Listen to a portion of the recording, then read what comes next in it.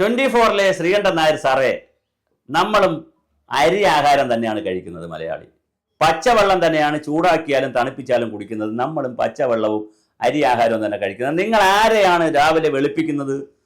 താങ്കൾ വന്നിട്ട് പറയുന്നു ബാർ റേറ്റിംഗിൽ ആരോ ഏതോ ചാനലുകൾ കോടികൾ മറിച്ചിട്ട് ബാർ റേറ്റിംഗ് കൂടുന്നു, അവർ വടക്കേ മലബാറിൽ കേബിൾ നെറ്റ്വർക്കിൽ കൊടുക്കുന്നു, അവർ യൂട്യൂബിൽ മാൽ പ്രാക്ടീസ് ചെയ്യുന്നു, അവർ സോഷ്യൽ മീഡിയയിൽ. ഇങ്ങനെ താങ്കൾ ആരെയാണ് മുൾമുനയിൽ നിർത്തുന്നത്?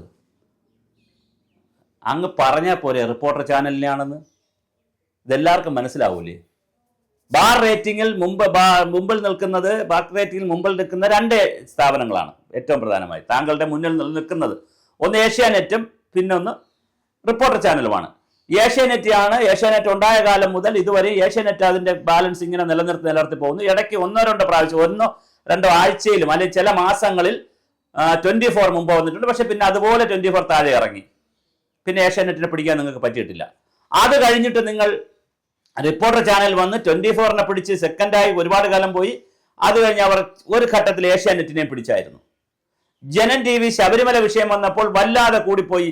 ഈ മനോരമയും മാതൃഭൂമിയും ഒക്കെ പിന്തള്ളി മൂന്നാമത് വന്നു ഏഷ്യാനെറ്റ് 24. അന്ന് റിപ്പോർട്ടർ ഇല്ല, റിപ്പോർട്ടർ ഉണ്ട്, ഇന്ത്യ വിഷൻ എന്ന് പറഞ്ഞിട്ട് ഒരു അലിക്കുലുത്ത്, ഈ നികേഷ് കുമാറിന്റെ അലിക്കുലുക്ക് ചാനലായിട്ട് അങ്ങനെ നിൽക്കുകയായിരുന്നു, അമച്വർ ചാനലായിട്ട്. അത് പ്രൊഫഷണൽ ചാനലായില്ല. ആ സമയത്ത് ജനൻ TV കയറി വന്നായിരുന്നു. ശബരിമല വിഷയങ്ങൾ അപ്പോഴുള്ളത് ഒപ്പിയെടുത്ത് കൊടുക്കുന്നു എന്നൊക്കെ പറഞ്ഞിട്ട്, അപ്പോഴുള്ളത് ഒപ്പിയതെന്നൊക്കെ പറഞ്ഞിട്ട് വന്നപ്പോൾ അങ്ങനെ അവർക്ക് കിട്ടി, അവർക്ക് കുറെ റേറ്റിംഗ് കിട്ടി. അത് കഴിഞ്ഞപ്പോൾ അത് താഴെ പോയി. പിന്നെ എന്നും ശബരിമല വെച്ചുകൊണ്ടിരിക്കാൻ പറ്റത്തില്ലല്ലോ, വീണ്ടും താഴെ പോയി. ഇപ്പൊ പക്ഷേ ശബരിമല സ്വർണ്ണക്കൊള്ളയുമായി കുറെ കാര്യങ്ങൾ ചെയ്യുമ്പോൾ അവരും കയറി വരുന്നുണ്ട്. അവർ വിശ്വാസി സമൂഹവുമായി ബന്ധപ്പെട്ടിരിക്കുന്ന ഒരു ചാനലായതുകൊണ്ട്, ഹിന്ദു സമൂഹവുമായി ബന്ധപ്പെട്ട ചാനലായതുകൊണ്ട് അവർ കയറി വരുന്നുണ്ട്. എന്നാൽ ഏറ്റവും കൂടുതൽ ഇപ്പോഴും മുന്നിൽ നിൽക്കുന്നത് ഏഷ്യാനെറ്റ് തന്നെയാണ്. എന്തായാലും ഏഷ്യാനെറ്റ് കാശ് കൊടുത്ത് ഇങ്ങനെ വാങ്ങിച്ചു എന്ന് പറയാൻ ശ്രീകണ്ഠൻ നായർക്ക് അറിയില്ല. കാരണം ശ്രീകണ്ഠൻ നായർ ഏഷ്യാനെറ്റിൽ ഉണ്ടായിരുന്നല്ലോ. അപ്പൊ അങ്ങനെയാണെങ്കിൽ പണ്ടേ ശ്രീകണ്ഠൻ നായർക്ക് എല്ലാ കള്ളവും അറിയണമായിരുന്നു. അപ്പൊ അതല്ല, ഏഷ്യാനെറ്റല്ല, പിന്നെ ആരാണ്? റിപ്പോർട്ടറാണ്. എന്തുകൊണ്ട് മരമുറി ചാനലായ റിപ്പോർട്ടർ ഇങ്ങനെ കാശ് കൊടുത്താണ് ഇതൊക്കെ ചെയ്യുന്നതെന്ന് നിങ്ങൾ പറയാത്തന്തേ? അത് പറഞ്ഞാൽ ആളുകൾ വിശ്വസിക്കും. നിങ്ങൾ പറഞ്ഞില്ലെങ്കിൽ തൊട്ടവനെ തൊട്ടു എന്നൊക്കെ പറയുന്ന പോലെ പറയണ്ട. നിങ്ങൾ സത്യസന്ധമായി റിപ്പോർട്ട് ചെയ്യൂ ശ്രീകണ്ഠൻ നായർ സാറേ. നിങ്ങൾ പറയൂ, ഇന്ന ചാനൽ ഇന്നയാൾ വഴി ഇത്ര രൂപ കൊടുത്തു. അതല്ലേ ഇൻവെസ്റ്റിഗേറ്റീവ് ജേർണലിസം?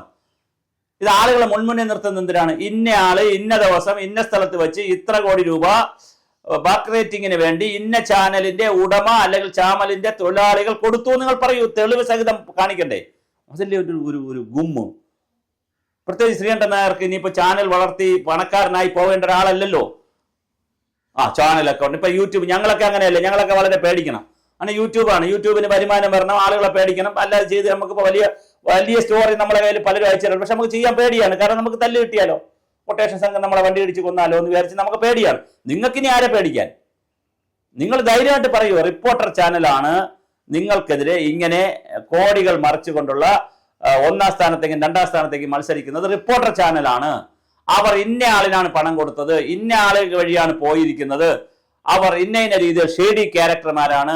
പിന്നെ മരമുറി സഹോദരന്മാർ, അഗസ്റ്റിൻ സഹോദരന്മാർ ഇന്ന രീതിയിലൊക്കെ അവർ ഒരുപാട് വിവാദങ്ങൾ, കലൂർ സ്റ്റേഡിയത്തിൽ മെസ്സിയെ കൊണ്ടുവരുമെന്ന് പറഞ്ഞ ആളുകളെ പറ്റിച്ചവരാണ്, ആദിവാസികളുടെ തടി മുറിച്ച പാവങ്ങളെ പറ്റിച്ചവരാണ്, അങ്ങനെ ലോട്ടറി പറഞ്ഞ് പറ്റിച്ചതാണ്, ആപ്പിൾ കൊടുക്കുക, മറ്റേ ആപ്പിൾ അല്ല കേട്ടോ, ആപ്പിൾ കമ്പനിയെ ബന്ധപ്പെടുത്തിയിട്ട് എന്തൊക്കെ തട്ടിപ്പ്. അങ്ങനെ എവിടെ തട്ടിപ്പുണ്ട്, എവിടെ ലൈഫ് ബോയ് ഉണ്ടോ അവിടെ ആരോഗ്യമുണ്ട്, എവിടെ തട്ടിപ്പുണ്ടോ അവിടെ മരമുറി സഹോദരന്മാരുണ്ട് എന്നാണ് ജനങ്ങൾ. എനിക്ക് ഇതിനകത്ത് അഭിപ്രായമൊന്നുമില്ല കേട്ടോ. എന്റെ ബന്ധുക്കളോ സുഹൃത്തുക്കളോ ശത്രുക്കളോ ആരുമല്ല റിപ്പോർട്ടർ ചാനലുള്ളത്. എനിക്ക് ആകപ്പാടെ റെസ്പെക്ട് ഉണ്ടായിരുന്ന 3-4 പേര് അതിനകത്ത് ചെന്ന് പെട്ടു എന്നുള്ള ഒരു സങ്കടമേ ഉള്ളൂ. അത് സ്മൃതി പരുത്തിക്കാടായാലും സുജയ പാർവതി ആയാലും മറ്റേ നിമ്മി ജോസോ അങ്ങനെ ഒരാൾ വന്നിട്ടുണ്ടല്ലോ, മനോരമയിലൊക്കെ ഏഷ്യാനെറ്റിലുണ്ടായിരുന്ന.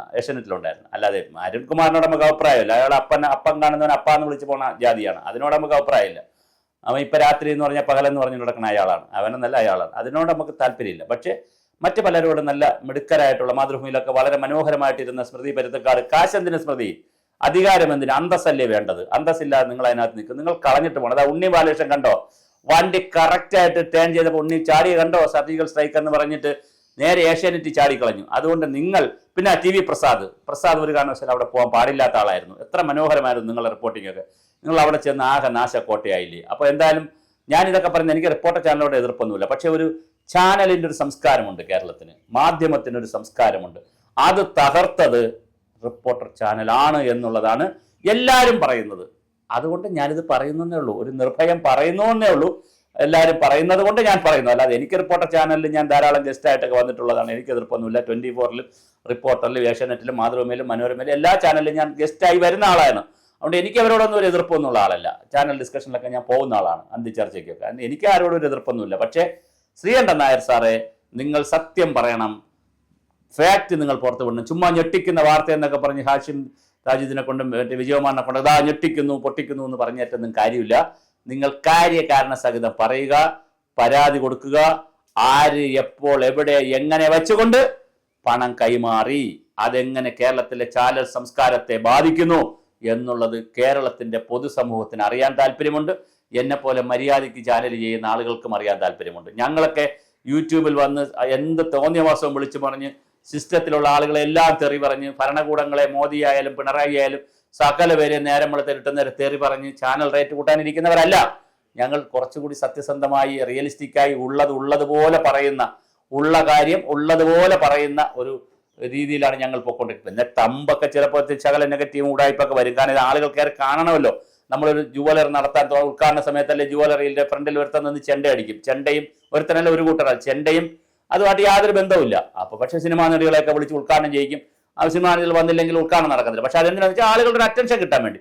അതുകൊണ്ട് ജനങ്ങളുടെ ഒരു അറ്റൻഷൻ കിട്ടാൻ വേണ്ടി ഞങ്ങൾ തമ്മിലൊക്കെ അതും വളരെ കുറച്ച് നെഗറ്റീവ് വയ്ക്കുന്ന ചാനലാണ് ഞങ്ങളുടേത്. മറ്റു ഒരുപാട് പേരാണ് കൂടുതൽ വയ്ക്കുന്നത്. അപ്പൊ ഇന്നലെയൊക്കെ ചില അമ്മമാരൊക്കെ ഞങ്ങൾക്ക് മെസ്സേജ് അയച്ചിട്ടുണ്ട്, ഉള്ളതുപോലെ പറയുന്ന, ഉള്ള കാര്യം ഉള്ളതുപോലെ പറയുന്ന ആളാണ് നമ്മുടെ എന്നാണ് പറയുന്നത്, സുഭാഷിതം. അതുകൊണ്ട് അങ്ങനെ പറയുമ്പോൾ നമ്മൾ പറയുന്നു, പ്രിയപ്പെട്ട ശ്രീകണ്ഠൻ നായർ സാറെ, നിങ്ങൾ ഒന്നുകൂടി ശ്രദ്ധിക്കണം. നിങ്ങൾ സത്യസന്ധമായി സമൂഹത്തോട് പത്രസമ്മേളനം വഴിയോ ബൈറ്റ് വഴിയോ നിങ്ങളുടെ ചാനൽ വഴിയോ അല്ലെങ്കിൽ ചാനൽക്കാരുടെ ഒരു ഗ്രൂപ്പ് ഉണ്ടാക്കിയോ കൂട്ടായ്മ ഉണ്ടാക്കിയോ താങ്കൾക്ക് ഒരുപക്ഷെ ഇതിലൊരു നവോത്ഥാനം ഉണ്ടാക്കാൻ കഴിഞ്ഞേക്കും.